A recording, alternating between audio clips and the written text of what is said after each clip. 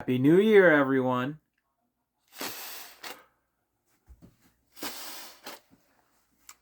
I've decided to kick off the new year with a new video.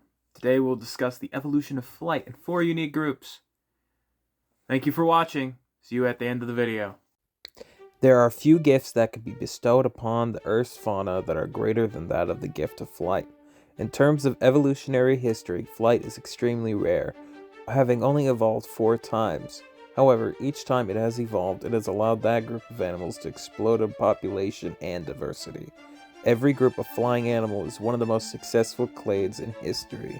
Let's start with the most recent group to evolve and work our way backwards. Bats have been around for 50 million years at least, but many speculate, and are most likely correct in saying, that bats evolved much earlier, as far back as 63 million years ago, just after the extinction of the dinosaurs and pterosaurs, which we will cover later. Bats are the second largest order of mammals, Chiroptera, 20%, behind rodents, Rodentia, 40%. There are 1,400 species of bat on this planet, but they serve many different niches. However, the average bat is a nocturnal insectivore. The evolution of flight has often been paired with exceptional vision. Bats instead opted for extraordinary hearing and echolocation, which is perfect for their nighttime flights. It allows them to snatch insects, which we will cover later, right out of the air. We assume the common ancestor of all modern bats, including fruit bats, was a nocturnal insectivore. Whether or not the common ancestor of all bats, both living and extinct, is a more controversial debate. Before we dive into the fossils of these animals, I will have to warn you that flying creatures tend to fossilize poorly to the hollow bones. So these animals' history are spotty at best. Alright, let's get into it. The oldest bat fossil we have is Icaronycteris ganelli from Wyoming's Green River Formation. This particular species was flying around about 52 million years ago. These bats had some primitive features such as claws on the tips of their digits and a longer tail than modern bats, but it was still recognizably a bat. This was not a missing link. Since there is no protobat species, scientists have instead filled our gaps in knowledge with theory. The most popular theory is that protobats were arboreal creatures, and they evolved to catch bugs while gliding in the canopy. This eventually allowed protobats to develop flight, and then they became nocturnal animals in order to not compete directly with birds.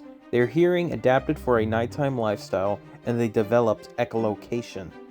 There are some incomplete fossils of bats from before I. ganelli, including the Necromantis, which was flying about around 56 million years ago. Necromantis lived in Europe and is known for its teeth, which were specialized for meat. By 50 million years ago, bats were present on every continent, except Antarctica, of course. Earlier in the video, I mentioned the extinction of the dinosaurs. Before you pedants out there flood my comment section, I would like to say birds are technically dinosaurs, and they evolved from theropod dinosaurs during the Jurassic period 160 million years ago. So really that was the extinction of the non-avian dinosaurs. Now birds are unique in the fact that their wings are made out of feathers, and have no functional hands or feet on their front limbs. This means birds are bipeds, whereas bats and pterodactyls can walk on 4 legs and insects 6. Modern birds have no teeth, and instead have a beak. Feathers are made of tiny hairs which are hooked together in order to form a stiff structure. Specialized feathers form the wing and allow the bird to create lift. Birds inherited feathers from their dinosaur ancestors, and many of the dinosaur cousins of birds have feathers. Velociraptor, for example, had prominent plumage despite what Hollywood blockbuster movies would lead you to believe. Surprisingly enough, we do have a missing link fossil for birds. Archaeopteryx is one of the earliest known birds. Or was it a bird? You tell me. You see, Archaeopteryx had feathers and many other hallmark traits of birds, but it also had teeth and fingers, and many traits of theropod dinosaurs.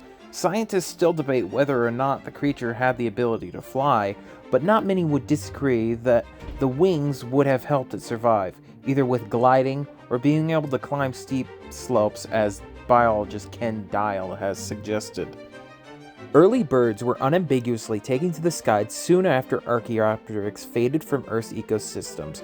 Many of these birds were recognizably primitive, and there were many birds with toothy mouths right up until the mass extinction at the end of the Cretaceous.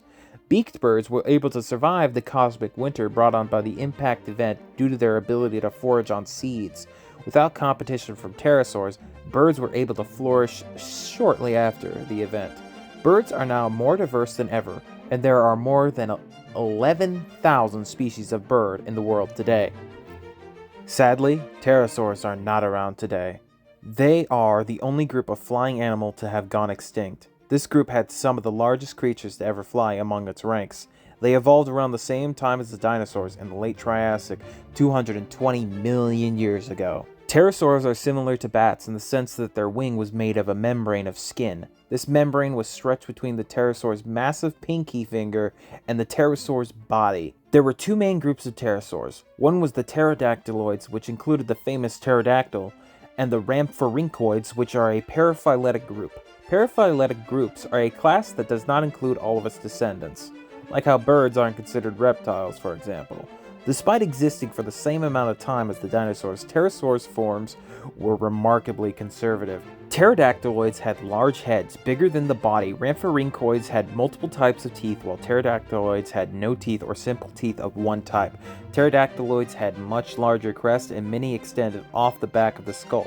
Rhamphorhynchoids had shorter necks. Rhamphorhynchoids had large cervical ribs, which are ribs on the neck, etc., etc. I have linked a website in the description which will go far more into detail than I can today. This group was relatively small overall, in physical size, until they started competing with birds. The competition with birds caused the pterosaurs to diversify and grow much larger in order to coexist. Pterosaurs took up the niche of large soaring creatures and traveled thousands of miles at a time. Quetzalcoatlus became the largest flying creature ever with a wingspan of up to 36 feet. They were the apex predators of the European archipelago. By the end of the Cretaceous, the smallest pterosaur was bigger than a bald eagle. This size made them susceptible to mass extinction because when the asteroid hit, they no longer had the food source to sustain their large size. Insects evolved flight far before any other animal. Pterygoda, which is the group of insects which evolved flight, evolved 350 million years ago in the early Carboniferous. They became the most successful group of animals, full stop. 900,000 species of insect have been documented, and scientists estimate that the number of unknown species is much higher. Most insects have 4 wings and 6 legs. Insect wings are a novel structure that formed from the exoskeleton of ancient Pterygoda. Other flying animals would form wings from their front legs, making insects unique in this regard.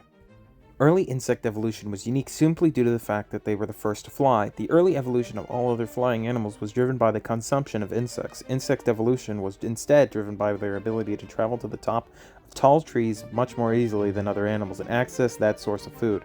Early flying insects likely had a larval stage that was aquatic, much like amphibians. Some larvae that were fossilized show lobes where wings could have grown out of.